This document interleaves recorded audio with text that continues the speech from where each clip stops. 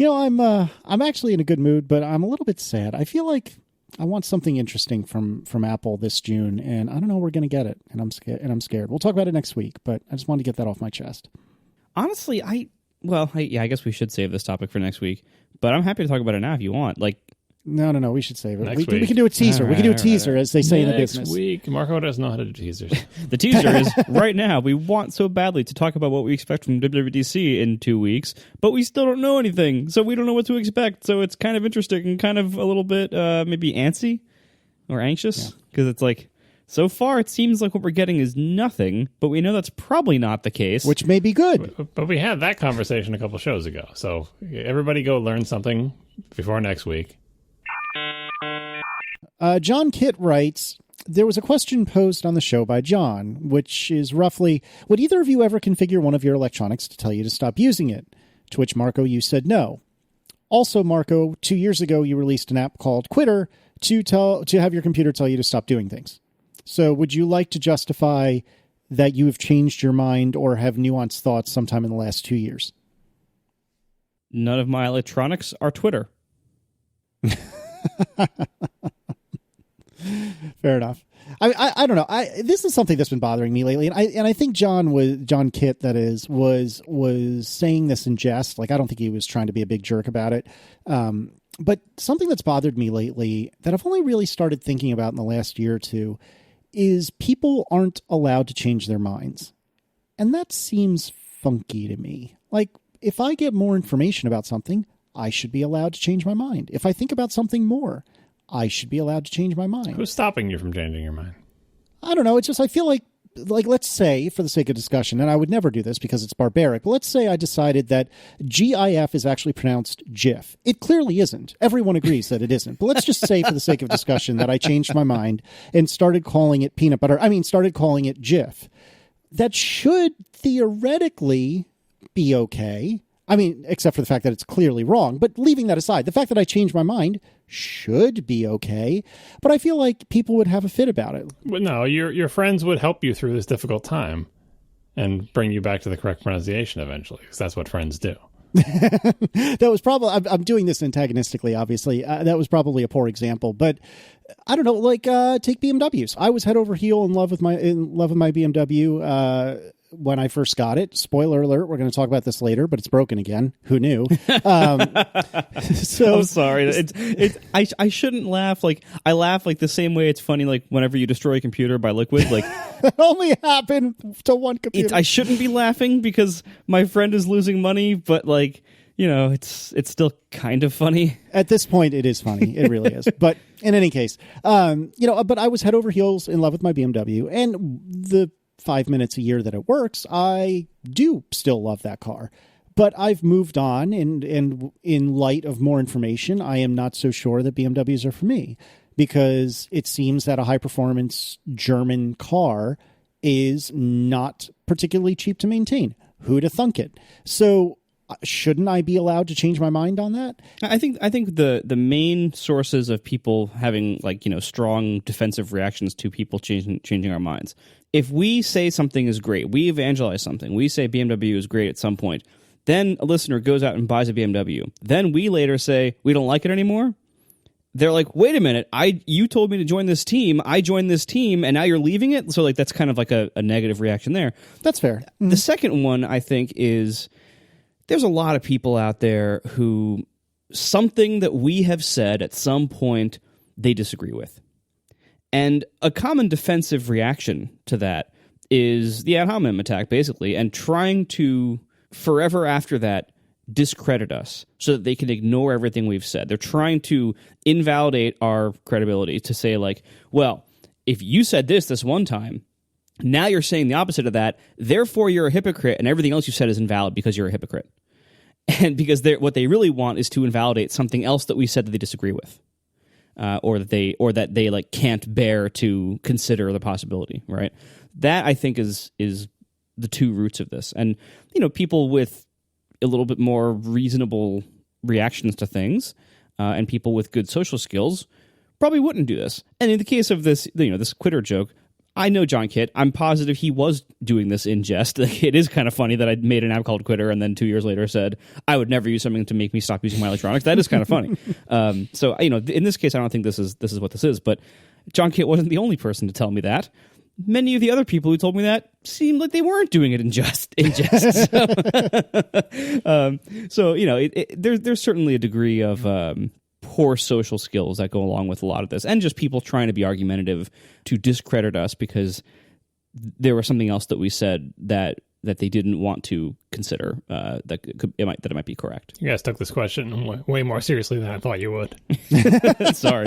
No, I mean, but to go back to the question, like, software on your computer and a physical device that you're trying to use less of are different things. If I want to stop using like my Kindle, which I think I still have. I'm not sure. I think I sent all of them but one to John as packing material. But I think I still have them. But like if I had a problem where I thought I was using my Kindle too much, it's fairly easy to just like be more conscious of how much I'm using my Kindle, because I am only ever using it for a dedicated thing in dedicated areas, using things like that. My computer, I'm pretty much always using my computer for something. And it's harder to exhibit that kind of self-control when you can massively multitask on a computer and have 50 different apps open, just like kind of backgrounding and be bouncing between them in like with a slight movement of your fingers, and you're between them for 2 seconds and you're going to a different one. Like I feel like it's harder to exhibit that kind of self-control with apps that are running on your computer, because the like physical actions and the time it takes to switch context on the computer to a different app are so much shorter than what it is in the physical world to switch like physical devices in your hand, that you can just do it a heck of a lot more without even realizing how much time you're burning on things. So I think everybody who sent this in was joking and having fun with us. I would have brought it up on the show if I had remembered it. I think any of us would if we had remembered it, showing that it is a good joke. But technically speaking, Marco is not configuring one of his things to make him stop using it. In fact, he's configuring his thing to make him use it more for the thing that he wants to. Like, he wants to be productive and doesn't want to be distracted from the using of the computer. So don't show me Twitter. Let me, keep Xcode in the front or whatever. So it is funny, and we would have brought it up, but it's not actually applicable. And so his answer that he wouldn't configure one of his electronic devices to make him stop using it is true. If Quitter instead shut down his whole Mac, it would be false. But that's not what Quitter does. It just quits specific applications that he doesn't want to use, so that he can continue to use his computer just with the other applications. Yeah, in fact, today I'm pretty sure Quitter made me finally get Swift. Oh, we should talk about that, but I will let it go for now. Of all the applications to flex your Swift muscle on, it's like the one with practically no UI. No, I didn't. No, I'm not saying I didn't write Quitter in Swift. I haven't touched Quitter's code since I launched it 2 years ago. Oh, well, then how is Quitter helping you learn about... We'll get to it. We'll get there. We'll save it for the show, if you will. When Quitter shuts down your computer, the new version of Quitter 2.0, when it shuts down your computer, when the computer starts back up, will Quitter say, you have shut down your computer? That's all I want to know. You shut down your computer due to lack of productivity. Exactly. Did this joke not land? I was really proud of this. Oh, I got the joke. I thought it would be funnier if I left a big silence there to put crickets into later. Everything that's in the show is in the show, right, John? Oh, God. All right, let's just move on. He's got a bell. He should get a little cricket and like one of those little cricket cages. He can just hold it up to the microphone. I had a cricket at my office once, and then it met an iPad too. Oh, that's right. Wasn't that during a show? Yes. So long ago. God, we're so old. Which, speaking of, John, how old are your ears? This was one of the things that came up with the Yanni Laurel stuff, which I don't want to revisit. But this particular... but let me revisit it. Yeah. This is a particular YouTube video is testing how old your ears are. We mentioned on the last show that when you get older, you lose high-frequency hearing. And this YouTube video purports to play a series of tones, again, probably dependent on your output devices, and at a certain point, they'll be high enough that you can't hear them anymore, or that your speaker can't reproduce them and you'll just think you can't hear them. But one of those things will happen.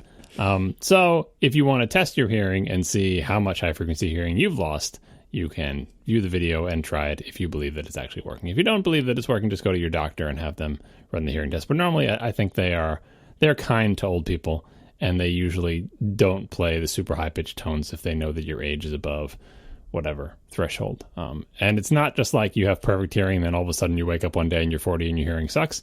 It slowly degrades as you get older. So everybody should try this. Even you 30-year-olds who think your hearing is still perfect, give it a try. Yeah, I did it, I think about a year ago. I didn't do it this time, but I did it about a year ago, and I was like right at where I was supposed to be with my age, and Tiff was like one step ahead. And one thing I noticed is that like on my last frequency that I could hear it, but it was noticeably quieter than the rest of them, whereas she could hear it at full volume. So like you don't just stop hearing certain ones. You act like, I think it gets reduced before you totally lose them. Yeah, I did this a few minutes ago. I'd never tried this before, and I ran the YouTube video.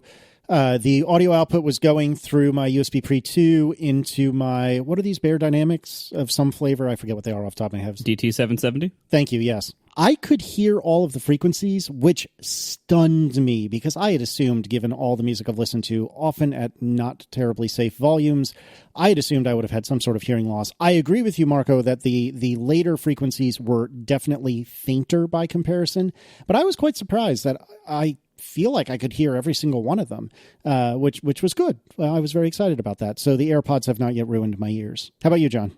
I just tried it on my phone speakers, and I was right where the age thing said I was, but I don't know if phone speakers are good. I didn't actually try it with headphones. Maybe with, I think, like Marco said, I think with headphones, the key is that I would have more confidence that they could reproduce it, and because they're stuck right to your ears, if the volume is decreased, I would still be able to hear it. It would just be fainter, whereas just in the open air on your phone speaker, like if it's too faint, it's just going to get lost. So I don't know. I don't particularly trust this very well, but I can say when I go to the doctor, I always pass all the hearing tests, but that means nothing because, like I said, I think doctors are being nice to you because they know how old you are. Oh, I have whatever kind of follow means I'm yelling at Casey about something he said on I think Analog, was it? Follow out. Okay, follow out, yeah. So speaking of the topic of hearing, I think it was an Analog where somebody asked you and Mike if you did anything to protect your hearing, like wearing earplugs or whatever else at concerts, stuff like that. Mm-hmm. And you both basically were like, nope, don't need to, or whatever else. I would like to pick this bone with you. Here we go. Okay. Or rather, just to scare you into considering this. So last summer, as listeners might remember, I think I talked about it on the show when it was happening. I basically had a really unlucky series of events that led to me having partial hearing loss for a few weeks in one ear. And well, both ears, but one was way worse than the other. I had basically like a really bad ear infection, followed by I took a very, very loud boat ride where I was like too close to the motor of the boat. I basically like significantly damaged my hearing for about 3 weeks. And that this was pretty bad until my ear canal finally drained itself out on the flight to WWDC last year. but anyway, during this time, like I went to see an audiologist and an ear, nose, and throat doctor and a whole bunch of things just to make sure I was okay and didn't do permanent damage and everything. And I got to spend a few weeks experiencing the world with a temporary handicap of a sort. Like, and I admit this is a very minor thing, relative to things that could happen to people. And there's lots of people who have way worse hearing issues or way worse other physical issues. But it was really interesting for me to experience this because I really developed an incredible appreciation for how important my hearing is to me, both in everyday life and in my career. I lost perception of like where objects were because I couldn't hear correctly out of both ears. I would miss a lot of things that were going on in conversations or in events that were happening on one side of me. And, again, this is something that a lot of people go through. Usually they're all older than me, but ever since that time, it was such a severe problem. It scared the crap out of me. Because for most of the time, I didn't know whether it was permanent or not. It scared the crap out of me. Ever since then, when my ears got better, I said, okay, first of all, thank goodness. Second of all, you know how like when you like have a problem and if you're like sick or injured or something, people suddenly get religious and they're like, okay, please, deity up above, whatever. If you fix this for me, I'll be good. I swear, like I'll never do it again or whatever. That's, minus the religious aspect, that's kind of how I got about hearing protection. I'm like, oh my God, okay, this is something that I need to always make sure I protect because I had a temporary view, or I guess here, of how it is when things go wrong. I strongly urge you to consider carrying earplugs with you in your like daily backpack or travel backpack. Sorry, there's no room. I guess I'll need to get a fanny pack or something. Well done. Well, that was such a good Cortex. Oh my god! Why did they not mention like messenger bags? Anyway, but like seriously, earplugs being available and being willing to put them in when you're in a very loud situation, I would strongly recommend it, because earplugs cost, basic ones cost basically nothing. They're those little foam things you can get on Amazon or in any drugstore for like $5 for a big, tub of them. They're not the greatest things in the world, but it's better than nothing. It is incredibly important to protect your hearing. And like, the ENT doctor, he was kind of this like, wonderfully grumpy old guy. And he was like, your family's not going to care. Your friends are not going to care. Only you will protect your hearing. No one else around you will care. They won't do things to protect your hearing. If you have hearing damage, they won't understand, and they won't feel bad for you. It's totally up to you. And he was exactly right. And it was like, it kind of scared the crap out of me. So I highly suggest, consider, for you and for all the listeners, really consider hearing protection. I was lucky enough to have only a temporary problem, but even the temporary problem was scary as hell and really messed up my life for a while. Thank goodness it was only temporary, and I strongly suggest anybody who doesn't have problems to keep it that way. So, a couple things. First of all, only you can prevent forest fires and your own hearing problems. Secondly, when do you, I'm asking honestly, I hope this doesn't sound argumentative, when do you find yourself now putting in earplugs? One place I obviously, like, I don't really go to like concerts or anything, but I will put them in if I'm going to, say, like a very loud bar, or like in some kind of event. Like if I'm at a conference and I'm going to be like somewhere very loud that I have to go, I'll put them in then. For just various like loud vehicles like boats and stuff. If I'm on those, I'll put them in then. Mostly, I practice simply avoidance of loud places. But yeah, basically, like I'm going to be like in like a loud room. Like it's the kind of thing like it takes pretty much nothing to carry them with you. In fact, even if you do find yourself in and out of places like that often, where even having them in a bag, you might not have your bag with you. You can just get those little foam ones and get 2 of them and put them in the little change pocket in your jeans, and they squish up all nice, and you don't even know they're there. So you can kind of always have them with you. Yeah, but that's my AirPods pocket. I'm just saying. Yeah, and also just be reasonable with your volume levels in your headphones. That's another big thing. Like if you wear headphones all day, like I do, you can get if you're really irresponsible and play everything really loud, you can permanently damage your hearing over not that long of a time. And the fact is, like, you don't need to be hearing things quite that loud. One thing I like to do is get headphones that have pretty good passive isolation when I'm going to be in something loud, like an airplane. Then you can keep the volume of the music lower and still hear it totally great. Yeah, and I think that's where I need to make the most changes and improvement. I wouldn't say I listen to music terribly loudly, but I know enough to know that it's louder than it probably should be. And in the last month or two, I've been trying to do a better job of not being so loud when I'm just listening to music as like background, not distraction, but like to drown out the rest of the office, for example, and I don't need it to be as loud as it is. And sometimes it's just because I enjoy what I'm listening to, like a jam band, like Dave Matthews. But sometimes I just want to drown it out. And so I've been working on being better about not making it as loud as I would have in the past. Keep in mind that iOS devices have a volume limiter on it. I know because I set it on all my kids' devices, unbeknownst to them, because neither one of them know how to use computers or iOS devices. Anyway, there is a volume limiter, and so you can set the max volume to be something less than 100% volume. And if you don't trust yourself to control the volume, set your own, again, self-hacks. Now the devices aren't preventing you from using them, but if you can't be trusted not to put it on 100% volume because you might just like creep up there, like the song you really like comes on and you bring the volume up a notch, and then another song you really like comes on, you bring it up another notch. Like there is sort of a tolerance build-up effect to loud music, especially if you actually are losing your hearing. So put the volume limiter on. Listen to it at the volume level that you think is the loudest you ever want to listen to it, and look at where the slider is. And if that's like 70%, then set that to be the max volume, and then you can sit there clicking the volume up button all you want, and it'll never go above 70%. We are sponsored this week by Aftershokz and the weightless wireless Trex Air bone conduction headphones. Go to atp.aftershokz.com and use code ATP30 for $30 off the Trex Air. Bone conduction headphones work by not putting anything in or on or around your ear, but instead having little transducers that rest next to your ears that send little tiny vibrations through your cheekbones and produce sound you can hear through your inner ear canal.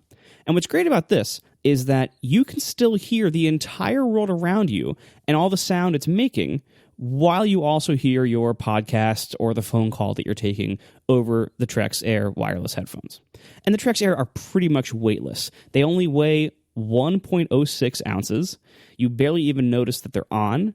Because they're so lightweight and comfortable, and because they're such a tiny little contact patch with your skin, they're not all sweaty like most headphones are. They don't have these big pads that go around your ears or on top of your ears, and they don't sit anything in your ears that could cause discomfort for people like me who it kind of hurts to have stuff in my ears. So they're very practical and very comfortable, especially now in hot weather. I was using my Trex Air earlier today, actually, just a few hours ago, on a big outside dog walk because it's pretty hot today, and I knew that any other headphones would get too sweaty. And they're also really nice, like as I wear a hat outside in the summertime, the headband just goes around the back of my head instead of going on top of my head. So again, yet another reason these are great for summertime weather. And because you're hearing the whole world around you when you're using bone conduction headphones, it makes it much safer and more practical when you're doing things like walking or running outside, or even if you're just doing stuff around the house and you want to hear like if someone knocks on the door. It's an incredibly practical, cool kind of headphone, and Aftershokz makes the best ones.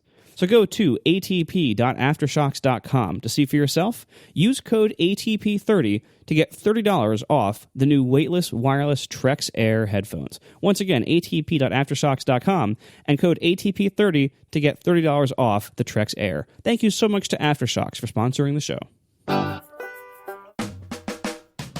Apparently, there's been some Tesla-related drama, and I'm sorry for those of you who do not enjoy the neutral segments in the after show. This is actually apparently a big enough deal that we are escalating it and promoting it into the main show. That's what chapters are for if you really don't like it. I am not privy to what's going on here, so John, can you give some sort of a brief summary maybe, or just kind of tell us what it is you wanted to talk about? So both Tesla and Elon Musk appear in my, Twitter feed and other Slack channels and stuff like that on a pretty regular basis. And this is a particular flare-up. I have to think partially fueled by Elon's new girlfriend, who's apparently a famous person who I don't know. But the nature of the stories always seems to be kind of the same. And I think that it's not a healthy dynamic for any of us, perhaps especially those of us who like Tesla's products or who like the idea of electric cars, replacing internal combustion cars sooner rather than later. Because I think Tesla and Elon Musk and everything surrounding him and his businesses is unhealthy in a very predictable way. And the particular news now was something about, you've heard about Elon Musk and his employees and their complaints about working conditions and injuries in the factories, and they're not productive, and he doesn't want them to unionize, but he told his girlfriend he's not stopping them from unionizing, and everyone knows that's not true except for his girlfriend, and whatever, go on and on. But I just wanted to talk about, I guess this is more about Elon Musk, because at one angle is we could talk about Tesla and the financial situation they're in and how they're valued so highly that probably no one wants to buy them. But on the other hand, they're in such debt that it's going to be difficult for them to keep their head above water. But that's all businessy stuff that I'll leave to someone else. I'm not that interested in it. And honestly, I think it'll all work out in the end, because if they really are overvalued, but then they do start heading towards the drain, they won't be overvalued anymore, and someone will be able to buy them and scoop up their assets. And who knows what will happen there. But Elon Musk specifically, and I guess this kind of comes up in light of a tweet I saw about Steve Jobs recently that someone suggested we talk about, but maybe we don't have to go to that angle. But anyway, Elon Musk as, I don't know what you would call him, the face, the personality, the strong personality behind lots of companies, and an internet personality in his own right, and his particular style of running his businesses, and how I think It is an unhealthy style. It's unhealthy for his companies. It's unhealthy for Elon Musk, and it's unhealthy in a boringly bad way. No pun intended. And that is, I mean, we've talked about it before. Like, if anyone has any criticism of anything that Elon Musk is doing, him personally, his companies, his products, or anything like that, both Elon Musk, the person, and the personification of him in the form of his companies, always react to it in the same way, which is massive blanket counterattack denial. Right? We've seen it with Tesla and the crappy Top Gear battery tests. We see it with like build problems, production delays. Like, even when Tesla is in the right, he always seems to, and his companies always seem to overshoot and overdo it and say, not only are we in the right, but everybody who's against us is a giant conspiracy theory, and you're all a bunch of dummy heads, and the media tells lies about us all the time. And like, his recent fit was like, I'm going to start my own media company that's going to, my own service is going to tell you which media companies are telling the truth or not, right? Like, just that it's just massive defensive overreaction to everything, which you would accept in, like, an individual private citizen or a teenager or a toddler. But for someone who's running all these big companies, when he does it personally, fine. He's a person. He's allowed to, get mad or whatever. But when that comes through the companies, like the company's official party line is just as defensive and angry, that's bad. And especially when the things, when him or his company or his products aren't in the right. So a lot of the worker stuff and the unionizing and the safety, like, there are problems with Tesla's factories. And it always seems like he is much less interested in solving the problems than he is in telling you how the problems don't exist. And when people are getting injured on the job, and when he really doesn't want them to unionize, and like, he's on the bad side here on a lot of these issues, and yet has the same complete sort of I'm 100% in the right and everyone else who's against me is a conspiracy theory. Like, that's not a healthy dynamic. And I think it's hurting his companies and his products, because Tesla's had its struggles, but the bottom line is that they have made some good products and they've made some really important advances. It should be a happy success story with, like, oh, they're facing some struggles, but they're going to work through them. But instead, every time I see him talk or anytime I hear anything about any of his companies, it just leaves a bad taste in my mouth. And I understand he's also, like, the only reason these companies exist in the first place. And, the whole attitude of you have to be a jerk to get stuff done. And this ties into a Steve Jobs angle. But I just feel like, in terms of jerks running companies, Steve Jobs had a better handle on how to moderate his jerkiness to not be, to take Google's old slogan, to not be evil.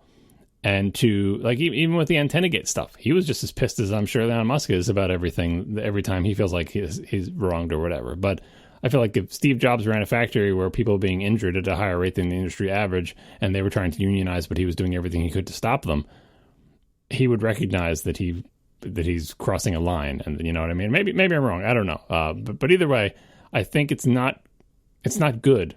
Elon Musk is no longer good for a lot of the companies that he's involved in.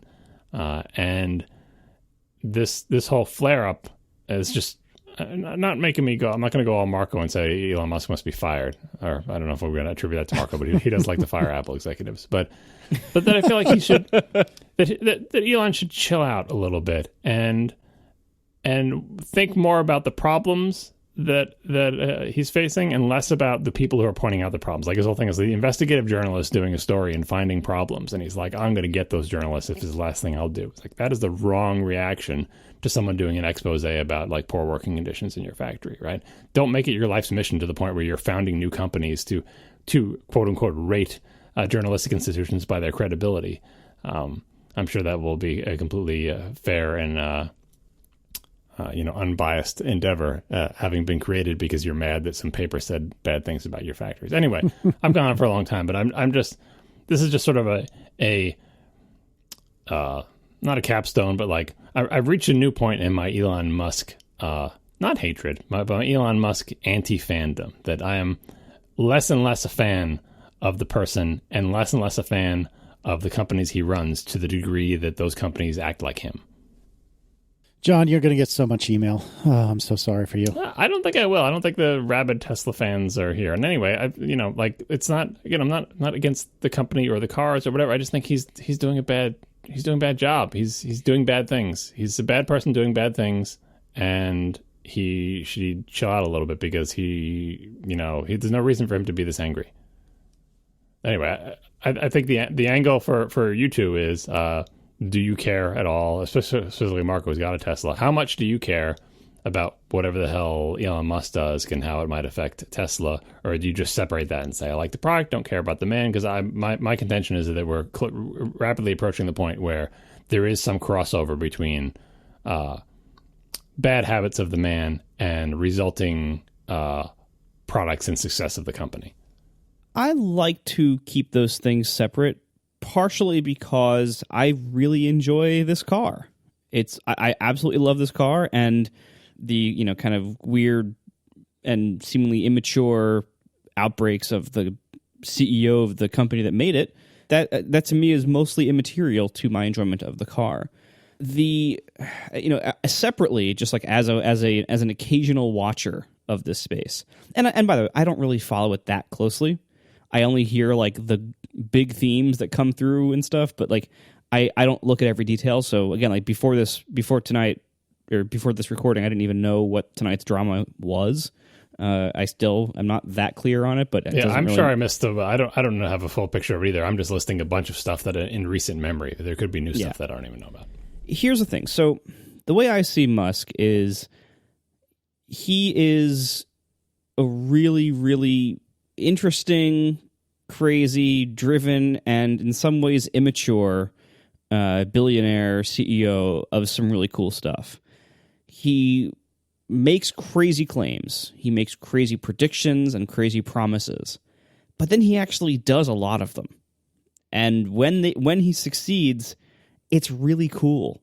And it's really fun to be part of this fandom of his companies in some way. It's really fun to watch him do all this crazy stuff because he has the resources and the drive to do some really ambitious projects. And almost everything he announces that he's trying to do is met with incredible skepticism. Much like a lot of earlier Apple stuff. The stuff that he's met with such incredible skepticism, and he has gotten so much unfair press coverage in the past that, like Apple, it's quite understandable why he might be overly defensive of all press coverage that is negative, even when there is some merit to it. You can kind of see how he developed that pattern to be defensive about press stuff. Also, by the way, I will say, on the topic of unions, they aren't always beneficial. There's a lot of dysfunction that comes with unions, and it's really hard to deal with. And it's a really hairy subject because in some ways they are still necessary because the government does not do enough. In a lot of ways, unions are basically patching over roles the government should be serving but isn't. But at the same time, that comes with a lot of real downsides for the people both in and out of the unions. If you've ever known anybody who has either been forced to join a union or has been in a union that has not been run very well or is not that efficient or not that looking out for its workers, you will know that unions are really a mixed bag, and it really depends on the union. So if he's saying things that are anti-union or trying to be anti-union, I don't consider that in itself, necessarily a bad thing. Because it's not just saying things are anti-union; he's essentially union busting. He is going to do everything he can to prevent his workers from unionizing, which he can do. But that's the whole point of them unionizing: is they have no leverage. They feel like they're treated poorly. When your workers feel like they're being treated poorly, they want to organize, so they have some kind of bargaining leverage. And he's like, you should never have that leverage. I will do everything I can to prevent you having that leverage. Please do not, if you form a union, you'll all get fired, right? It's union busting, regardless of the benefits of unions. And I would say that in this day and age, the scales have tipped so far away from labor and towards capital that it's like we're not even close to the danger of unions being too powerful and having all those ill effects. Yes, of course, there are ill effects to having too much power, but we're so out of whack here. But anyway, setting aside unions, as representing capital, Elon Musk saying, he's not making the argument you guys shouldn't want to be in unions. He's making the argument, I will not let you be in unions. Don't even try it. Like, he's union busting before the union even appears, which I think is not a good look, because it could be like, the way you make a case for workers that they don't have to organize is the same way all other industries make the case for workers that don't have to organize. Like, do you think, I don't want to bring this up, but do you think, for example, Apple employees are trying to unionize right now, or do they feel like our job's pretty good and we're getting taken care of, so we don't need to, give dues to somebody and concentrate some power in an area that we don't have a lot of control over? Like, the workers that tend to unionize are the ones that are being treated the worst by the industry, right? And that's why it's usually never particularly good to, send the men's with rifles down to stop people from unionizing or whatever, to pull things out from previous centuries. Well, because I don't know exactly, I don't know anything about what's going on with him and unions. I'd rather just talk in general terms.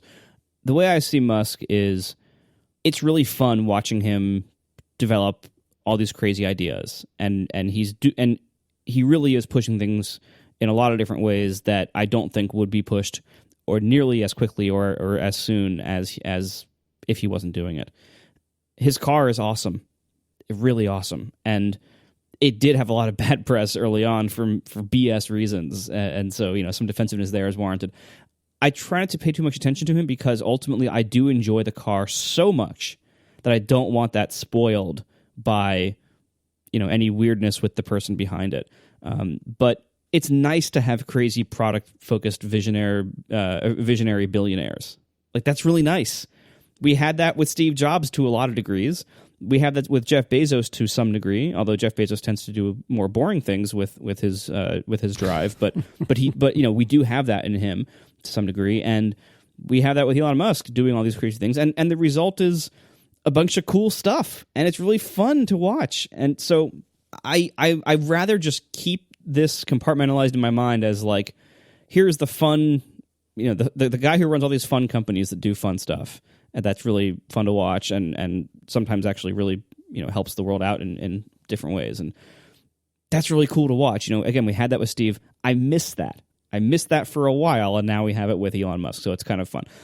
Also, though, I think today's Elon Musk is kind of a lot like young Steve Jobs, like before he was fired and right when he was fired, basically. Like, he is immature in a lot of ways, and to some degree that does damage his companies, but also to some degree I think you kind of can't separate him from the companies, and if he is separated forcibly from these companies, bad things are likely to happen to the companies and the products as a result. So it's not a great situation to be in for the companies and him. Ultimately, what would be better is if he just matured a little bit and developed a little bit of balance in his moods and reactions and things like that, but that might never happen, or it might take a lot of time. I think we just have to kind of take the bad with the good at this point. Well, my question was like whether you thought it was net positive or net negative, because I think at this point with Tesla, like with the Model 3 fiasco, the visionary part is, here are the products I want to make, here's the properties they should have, to being bold and making the new Tesla Roadster, and having the plan for the different cars and the different price points and doing all this stuff, right? But when it comes to running a car company, a much more straightforward way to run that car company would have produced way more Model 3s with better production values, would not have injured as many people, would not be wasting time fighting against unionization, because it's very common in the auto industry and it's not the end of the world, and the power has shifted so much that unions are no longer absolutely bankrupting, destroying the companies that they belong to, right? So that I would say for Tesla specifically, getting rid of him would be bad, because he can't just have a bunch of boring people. And again, those people would never think to do the road, so they wouldn't think to do any of these cars. They don't have the vision as the visionaries, right? But at a certain point, the visionary takes down the whole company, because you can have all the vision you want, but if you just insist on things that everyone tells you aren't going to work, and then they don't work, and then you don't meet your manufacturing targets, and then you're in massive debt, that's not good for the company either. And that's why I was asking you as an owner. Well, you're a leaser, so you don't care that much, but like, at a certain point, I think you should start paying attention to this, because if it means that there is never another Model S, or if it means that GM buys them and makes a bunch of crap cars, that's bad for you as the person who wants to compartmentalize and separate this. And more broadly, of course, like, with all these billionaires like Jobs or Bezos or, Zuckerberg or any of these billionaires, they're always, stomping on the little guy, either accidentally or on purpose. Some point out in the chat, so the Apple Store employees tried to unionize, right? When I was saying Apple employees aren't unionizing, I'm thinking of the the ones who have the high-paying, glitzy jobs in the spaceship. Who's going to try to unionize? The employees that have it the worst. And who has it the worst than Apple? Probably, setting aside contractors and everything, who's a legit Apple Store employees, because retail is a tough gig. And I can see why they might want to unionize so they can get better treatment. But there's much less angry drive for the high-paid software developer inside Apple. And Bezos, you have the warehouse employees who have to pee in a cup because they're afraid to leave their position, and they're in these buildings without air conditioning for long hours. Like there's all sorts of issues, and it's difficult when you're a billionaire, I suppose, to try to run a successful company and make these products that you have a vision to do, and also not accidentally or on purpose stomp on the little guys. And I feel like Elon is the most inclined to gleefully stomp on the little guys, to put them back in line, to say, you are a peon and I am a titan in the industry, so shut up and take it. And then to argue angrily to the press that there's nothing wrong with our factories, everybody's fine, our workers are perfectly happy, they don't want to unionize, and if they did, I wouldn't stop them, everything's great here. How are you? I mean, ultimately, first of all, I don't know if we know whether the motive he has or the mood that he has or the characterization of this is he keeping the people down, or is it just kind of being sloppily run and it's kind of haphazard and bad things are happening because it isn't being properly managed? As an owner, you kind of see a little bit of bad management and sloppy running of things when you see things like the service side. The service side's a mess. I mean, you have long delays for parts. You have weird systems to get them and reserve things, and they don't call you when they come in. And this isn't just me. A lot of other owners face this in the service side. These companies are moving fast. They're expanding fast. They're trying. They're very ambitious in what they're trying to do and the timelines that they're trying to do it on. And so it might not be him being a jerk. It might just be him mismanaging the growth and the company needing to get its stuff together, basically. So I don't want to characterize that, but basically, to answer your question of how I feel as an owner about whether this should be run like a big boring car company, we have enough big boring car companies. We have lots of big boring car companies, and they make big boring cars. If I want that again in the future, I know where to go. Anywhere else. But that wasn't my question. The question wasn't, do you want them to be run like a boring car company? I said, are you worried that the car company you like is not going to survive due to the mismanagement of a angry toddler who's running it, right? You want the products, you want the good thing. But I'm saying, at a certain point, he's driving the ship into the ground. Great that it's not boring like GM, but if the company's out of business or gets bought by GM, that's not good either. You want it to be on the middle path where you have the visionary who makes the products, but also some minimum level of competence and financial success to ensure that there is another successor car to your Model S that you can buy later because you like the products. That's what I'm getting at. I'm not telling you should be concerned. I'm just wondering if you are. I mean, maybe you're not following enough of the stories to have that concern, but I have that concern by proxy for you. Sometimes I wonder, will Marco be able to lease 2 more Teslas, 3 more Teslas, right? Or will he not have that opportunity because things are not going well over there? That's a valid concern, but for basically Tesla's entire existence, about once a month, there's been a big story about they're about to go out of business. At some point, you just got to say, all right, they seem to not be going out of business. Their cars are really good. I can lease it for 3 years and be reasonably assured I'm not taking a huge risk on that. Buying it would be more of a risk, especially if they do go under. Then you have an issue with parts availability and stuff like that later down the road, or warranty coverage. But leasing, I think you have a pretty low risk on that. Again, there have been so many stories all the time that they're about to go out of business or their finances are a mess or whatever. I just basically ignore them because they're so frequent and they don't ever actually affect me in any meaningful way. My car still works great. The company's still in business. And it's looking like when my lease is up, I will probably be able to get another one.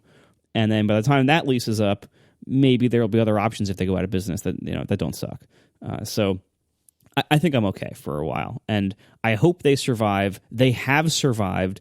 Every step of the way, people say they're about to die, and they haven't. I don't know the details of their finances, but I do know that the coverage of their finances has never actually panned out the way the stories say it will. I think you're buying a little bit too much of the hype of, and it's because he makes cool things that everyone likes. That's why he's got a fan club, right? But I think there's a balance here that you're not quite striking between the good and the bad. Some of the bad is overblown in the press, but a lot of the good is also overblown in the press. But mainly, I think like he's not helping, right? Like I think there are better ways to navigate this. Like he's his own worst enemy. Sure. He should, like, for all the successes that he's had, it's not that hard to not screw it up this badly, right? Like he's, like make good decisions, make good products, and then just don't do the absolute worst thing you could possibly do. Like that's all we're asking. Like just do that and be, oh God. No, but I agree, but I don't think we have that choice. Like it would be great if this guy, who we want all of his product vision stuff, we want his drive, we want his ideas, we want his priorities, we just don't want his, like, crazy management or mismanagement behavior and weird outbursts to the press or whatever else. We don't want that. Well, we don't have that choice. That isn't the choice we're making. We have the choice of either we have him running these companies or we don't have him running these companies, right? And if he's out, we could have a company that makes cars and that is better run, presumably, maybe. But I think that would actually be worse for the products and for the customers than what we have now. It'd be great if we can have our cake and eat it too. If we can have the same guy, but have him be better at things. But we can't. I'd rather have this crazy lunatic running this company that makes really awesome stuff than to have some boring CEO running into the ground with boredom. I can always buy a boring car. I will always have that option. I don't need them to offer that option too. So my dad worked for a Fortune 100 company for something like 30 years, and he wasn't he wasn't the bottom of the totem pole, but he certainly wasn't the top either. But by virtue of his particular role in the company, he would rub shoulders with, the people that were at the top of the totem pole, with, the CEO even. And I remember there was a new CEO coming in. This was many years ago now.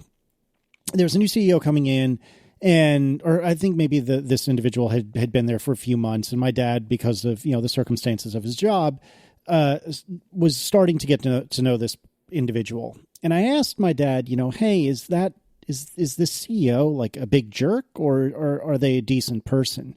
And Dad just scoffed and didn't even, bat an eye. And he said, of course they're a jerk. You don't get to be the CEO of a Fortune 100 company without being a big jerk. Like, that's just the way it works. And I'm sure you could well actually meet at least in one or two ways on this. But generally speaking, the point I'm driving at is that you don't get to be the head of a company that big by being a cuddly teddy bear. You get to be the head of a company that big by being ruthless and by being, a business person that doesn't take no for an answer. All the things that Trump thinks he is but isn't.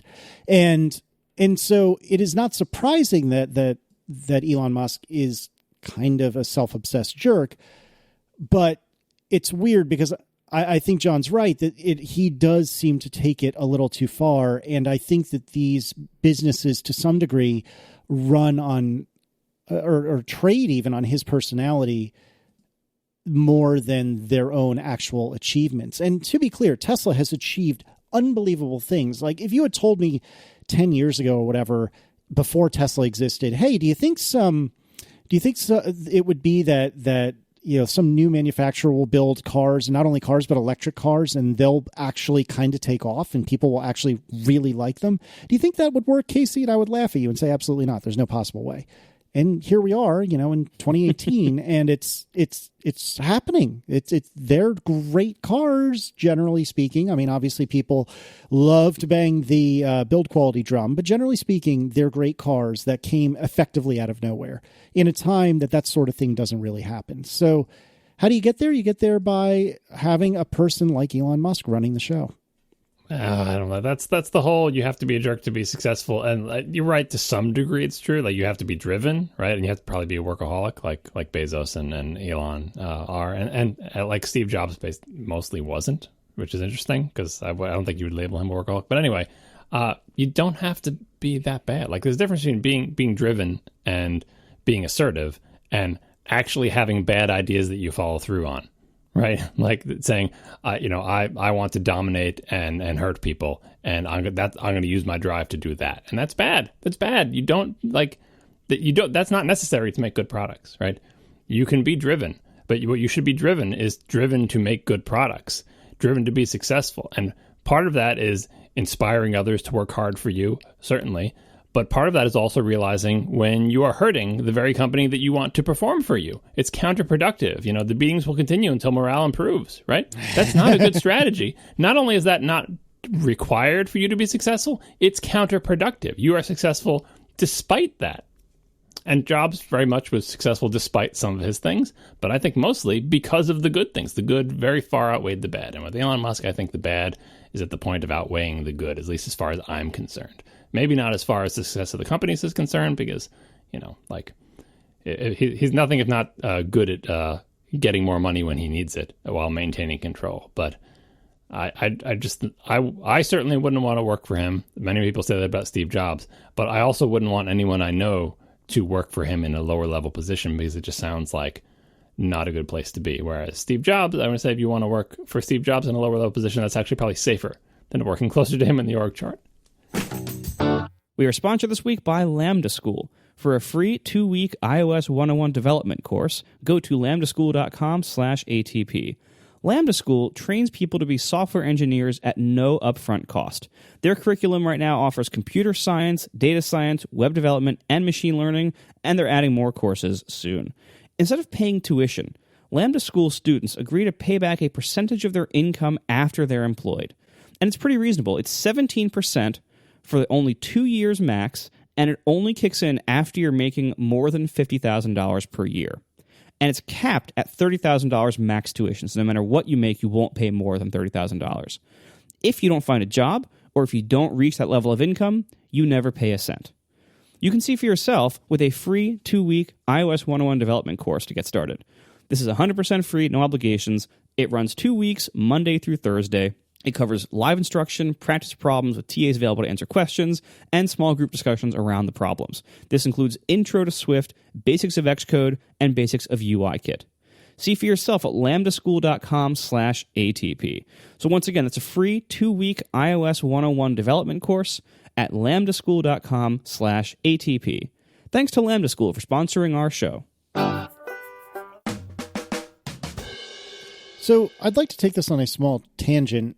I heard a fascinating conversation on the most recent episode of Wheel Bearings, and you may know Wheel Bearings. One of the hosts, Sam Abwelsamid, is the one that set me up with Alfa Romeo. And I was listening to this episode, and they asked each other, hey, who is going to buy Tesla if they do end up, kind of starting to circle the drain? So I'm not saying it's a given that they will eventually be bought, but let's just assume for the sake of conversation that they are going to be bought. Who's going to buy them? And this kind of started because, and now I'm talking out of my comfort zone, they were saying that Magna, which is, I guess, a parts supplier, but they supply, I believe they supply not only parts, but also they'll do assembly as well. We talked about this like a year or two ago, if I'm not mistaken. Well, anyways, the folks on Wheel Bearings were talking about, well, maybe Magna would do it because Magna apparently has been hurting to kind of become a true to form manufacturer.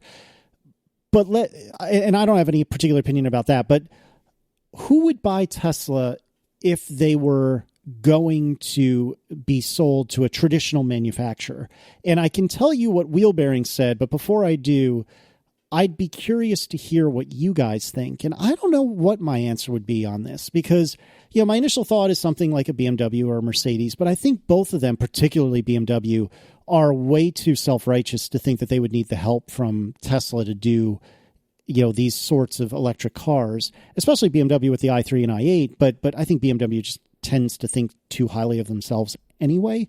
So I don't have a great answer for this, except the one that Wheel Bearings came up with. And so I want to leave that aside for a minute. Marco, if you were, where would you expect Tesla to go and where would you hope Tesla to go if they did sell?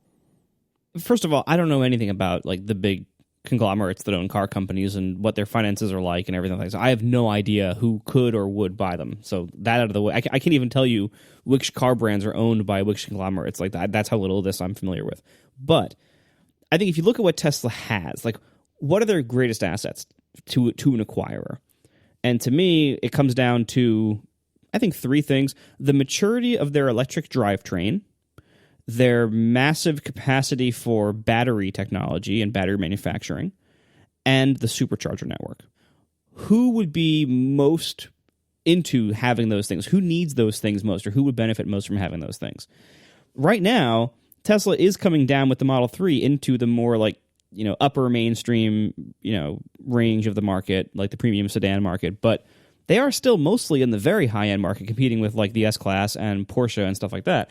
So I would look at this and I would say maybe Porsche, because they're about to launch their own series of high-end electric sedans, and they could probably use the supercharger network and the battery capacity and things like that. It might be too late for them, like in their development, but I think they might be interested. Again, I don't know who has the ability or will to buy them, but what Tesla has is not mass market.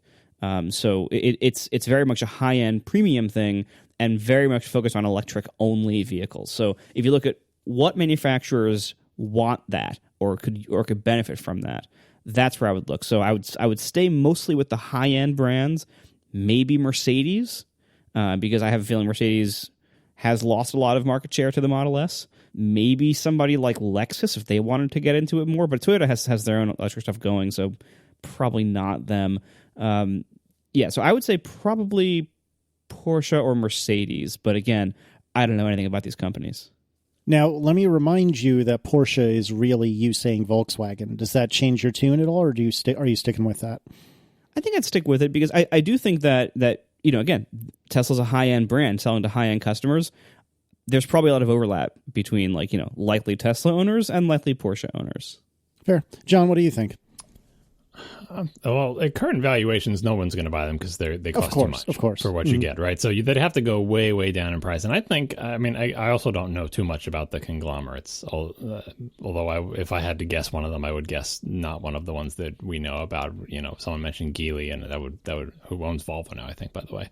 And that might be a good guess. But really what I think is, I don't know if it's the most likely, but when I picture in my head how it might go down, first of all, I don't actually picture them going under and getting bought. I think that we'll find a way to scrape by. But if basically if Elon loses interest, that's what it comes down to. If he loses interest, or he just decides to cut his losses and concentrate on his spaceships and tunnels and whatever the hell else he's doing, the scenario I see is the rest of the auto industry gleefully letting Tesla die and then picking over the scrap. So someone gets a supercharger network, someone buys the gigafactory, like the Tesla as a going concern ceases to be, and the rest of the auto industry just comes in like vultures and bid against each other for the assets. The gigafactory is a thing that you might want. The supercharger network is a thing you might want. Maybe some patents, maybe some technology that's used in the Teslas, but all of that would be harvested and used in quote-unquote their electric cars. In the same way that Toyota hybrid and electric systems are all over the entire industry and you don't know it, like you don't think about it. There's licensing agreements with Toyota all over the place, and car companies are doing deals with each other all the time, but they want to produce their car. I don't see any other car company that isn't in need of a brand, that doesn't want to make a name for itself, buying Tesla wholesale and saying we're going to continue to make and sell cars that are called Teslas. I just see all the assets being taken and disappearing into your Volkswagens and your Hondas and your Toyotas and like the whole rest of the industry, invisibly to customers. So it's basically like Tesla, they were around and now they're gone. And someone will say, yeah, but the Tesla drivetrain is the thing that's underlying the blah, blah, blah. But no one will care because it'll be like, I think it's a Volkswagen. Here's an idea. So Tesla is a pretty valuable brand. It is well recognized. It is well respected. People know it's a premium car and people think it's cool. So what about a company that wants a premium brand that people think is cool that doesn't have one? What about somebody like Kia? That's an interesting point. Well, that's what I'm saying. Those big conglomerates have already gone on shopping spree. That's why they own Volvo, right? That's why Tata bought, what do they buy? Jaguar. Like those companies that need brands have mostly all bought them now. And it's not like there's lots of new entrants in the car companies. I'm not sure anybody wants the brand enough. I mean, even... I forget what conglomerate owns Kia and Hyundai. So maybe there is one out there that still wants a name. Someone's saying Tata has Jag and Land Rover, right? So I feel like that shopping spree may be over, but I'm not following the industry to that degree. But yeah, that would be why they would get them. But the thing is, I think if that happened, they might get the name and existing products, but still Toyota ends up buying the Gigafactory and Porsche ends up buying the supercharger network. You know what I mean? Like they were still picking over the bones, just that one of the bones is now also the name Tesla and the logo and existing products. They could form a little holding company with everything left over and call it OAuth or something. Yeah. Wow. Apparently, Hyundai owns Kia. I had no earthly idea that was the case. Yeah, the conglomerates are hard to keep track of. Especially when it was when people went on the shopping sprees for brands. It's just to keep track of who owns the brand that you thought used to be an independent company now. The wheel bearings guys, they concluded that the most likely answer, if not Magna, which kind of spurred the conversation for the two of them, was actually Volkswagen. And to heavily paraphrase what they were saying, the conversation was fascinating. It's definitely worth listening to, and I'll have a link in the show notes for you. But they were saying that, among other things, Volkswagen kind of needs a win right now with Dieselgate and all that. And, it certainly seems like it would fit them probably better than anyone else for a lot of the reasons, Marco, that you had described. And so their vote was Volkswagen. I think that makes the most sense to me. Although your Hyundai Kia idea was another great one, which came out of left field. But I think that was a really good call too. But I think even Volkswagen, all those companies, they all want to see Tesla die because it is the upstart. It is the company that embarrassed them, that got to the market before they did. And I think like in their heart of hearts, every other company, if there's anybody there who cares about their brand, they just want to see Tesla die and disappear and just, stop bothering them. And we can go back to the way we liked it. We are sponsored this week by Linode, my favorite web host. Go to linode.com/ATP to learn more and get a $20 credit. Linode is quite simply the web host that I've been using for the longest, that I have by far liked the best, and that I've slowly moved all my stuff to because of those things. And there's lots of reasons for this. So first of all, it's a great value. Their plans start at just $5 a month. That gets you a 1 gig plan, and all of their servers are fast because they all have Intel Xeon E5 processors. They're backed by a 40 gigabit network, and they all use native enterprise-grade SSD storage. So these are very fast servers. You get a lot for your money.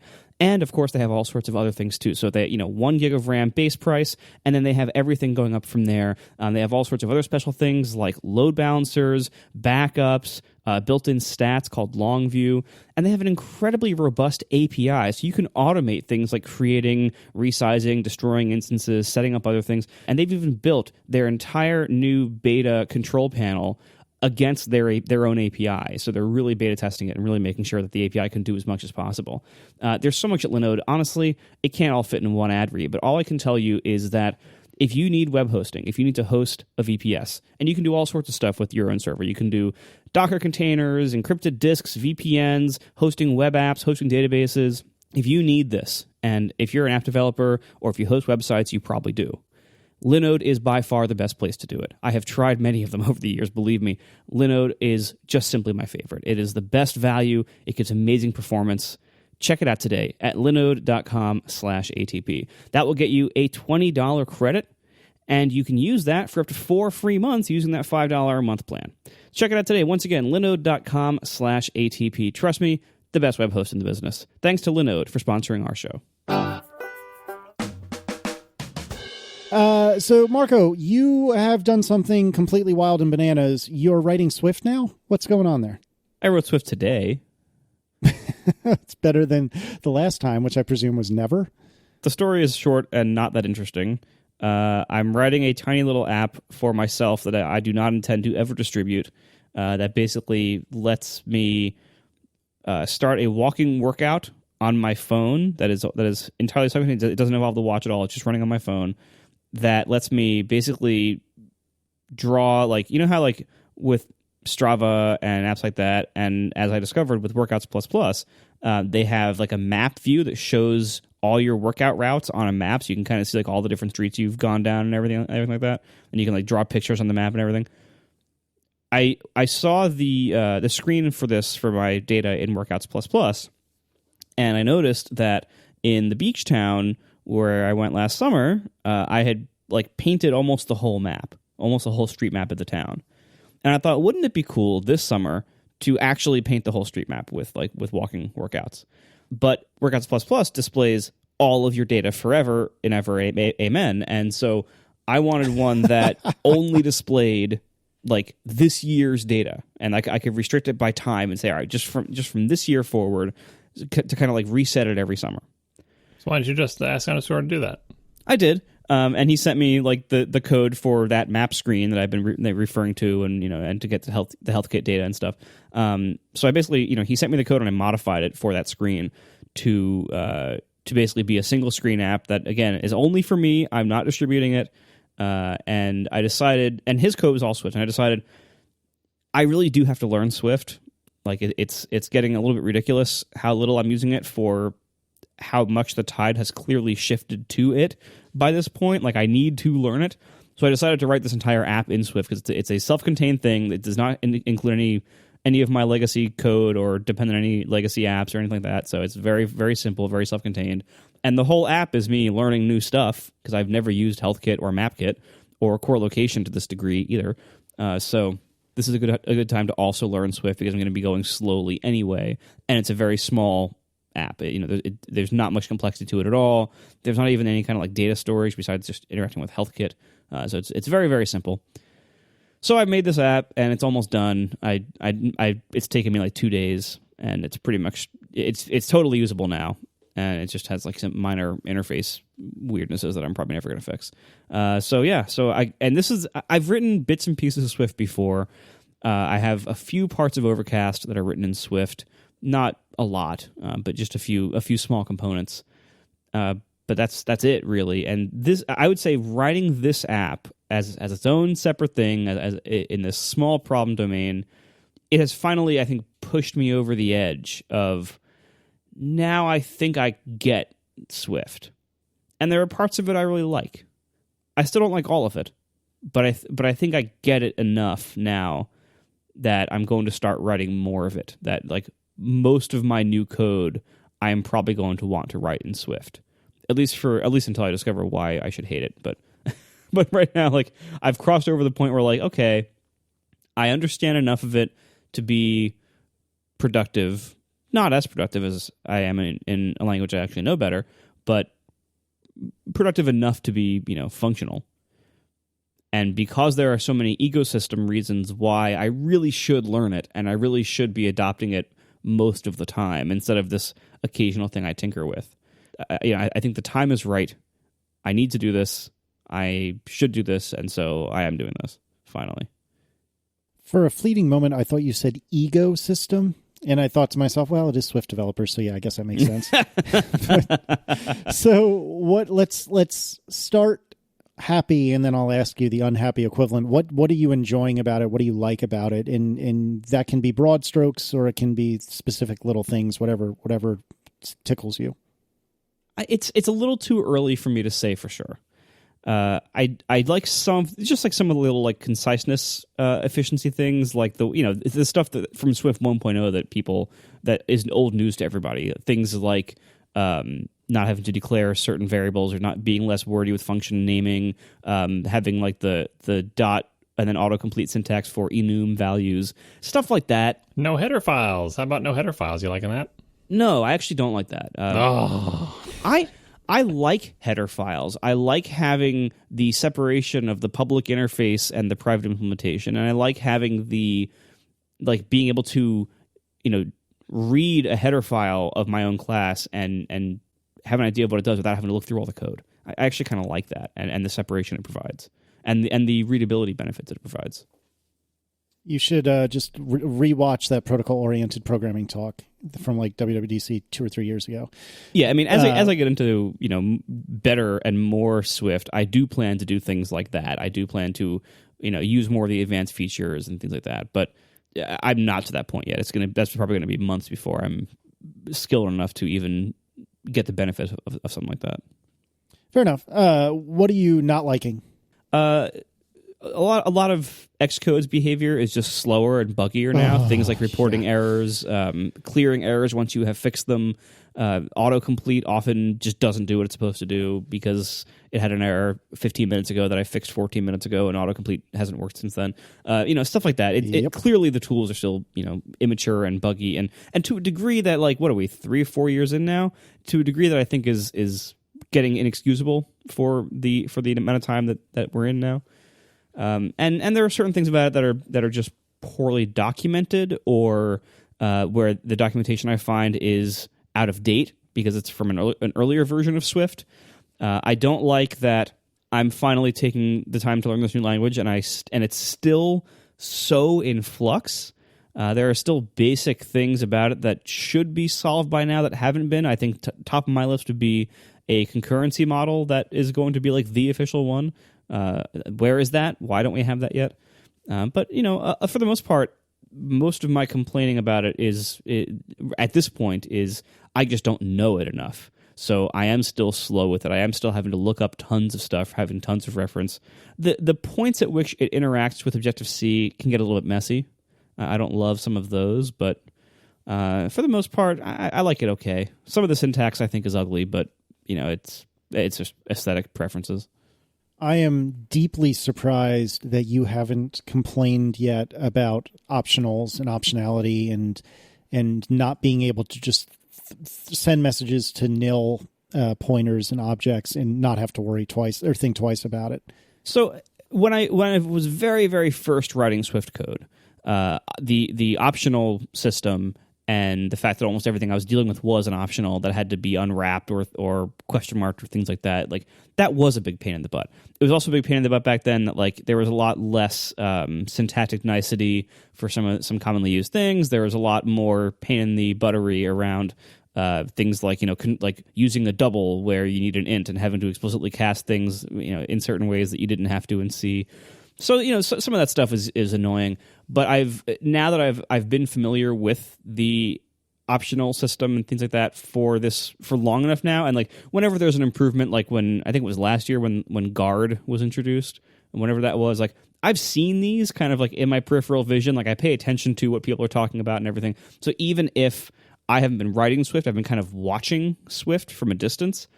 So now, like one of the things that kind of clicked for me finally was now I'm familiar enough and have enough experience with the optional system that I can now deal with it in a relatively productive way.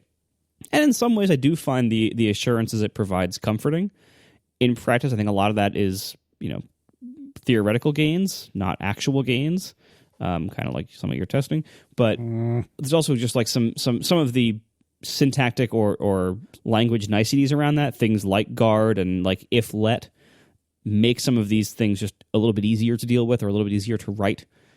So I'm dealing with the optional system. I still think it is.